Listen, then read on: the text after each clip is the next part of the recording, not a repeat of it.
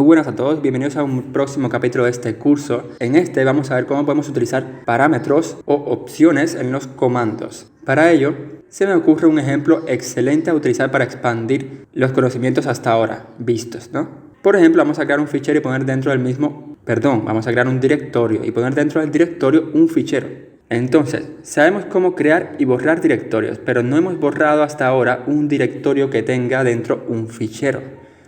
Nota con eso, si lo intentamos borrar con el comando rmdir nos dará un falla, ya que rmdir se utiliza para eliminar directorios que se encuentren vacíos. Entonces vamos a utilizar por primera vez la opción de un comando. En este caso vamos a utilizar rm pero con la opción recursiva. rm-r es como se haría. Les estamos indicando la opción guión que es recursiva, ¿vale?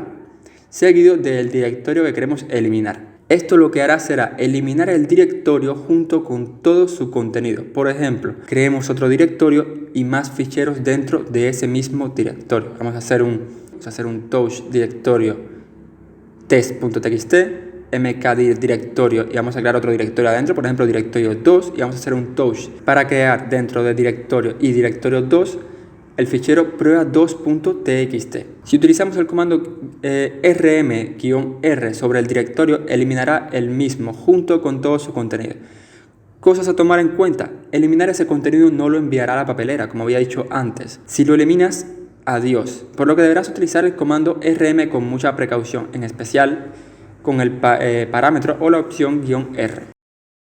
Si os fijáis, ha desaparecido totalmente, junto con todo su contenido. Podéis ver más información de este parámetro en el menú de ayuda de la misma herramienta RM, con rm-help, o en el manual de la misma, con man-rm.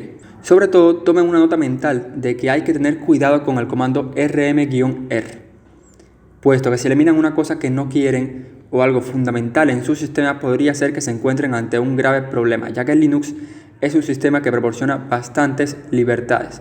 Y si le pides borrar todo el sistema, no te va a saltar una alerta diciéndote que no puedes hacerlo. Linux meramente va a ejecutar tu orden. Por alguna razón tendrás.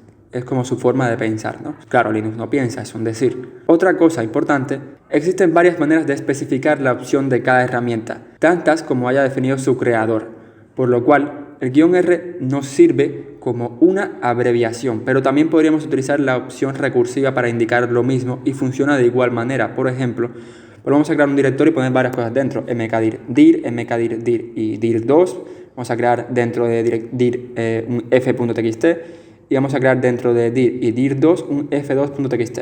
Podríamos eliminar toda esta vaina también, como muestra la misma ayuda de rm con --recursive, ¿vale? Simplemente le especificamos rm-recursive dir y borraría el directorio. Y aprovechando la ocasión, os explico que no tienen por qué precisamente utilizar una única opción, sino que podéis pasar varias opciones a un comando. Por ejemplo, en este caso voy a utilizar la i de interactive, ¿vale? Que es para que lo haga de manera interactiva. O sea, que nos vaya preguntando por cada directorio en el que vaya descendiendo, por cada fichero que vaya a seleccionar para eliminar, nos pregunte si realmente queremos eliminarlo o no. Podemos ir dándole así y a no especificando lo que queremos eliminar, ¿vale? Entonces agregamos un guión y se quedaría conformado de esta forma. Pero no es la única manera de utilizar las opciones.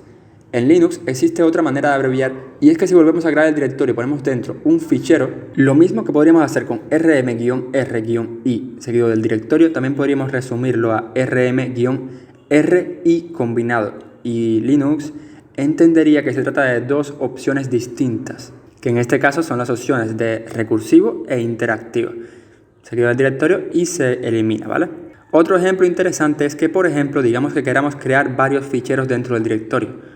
Vamos a crear con mkdir el directorio y para crear dentro varios ficheros podríamos hacerlo con touchfile.txt, touchfile1.txt y vamos a borrarlos para ver una mejor manera de hacerlo. Por ejemplo, vamos a borrar el file.txt y vamos a borrar file1.txt. Hasta ahora los creamos y los eliminamos así, ¿no?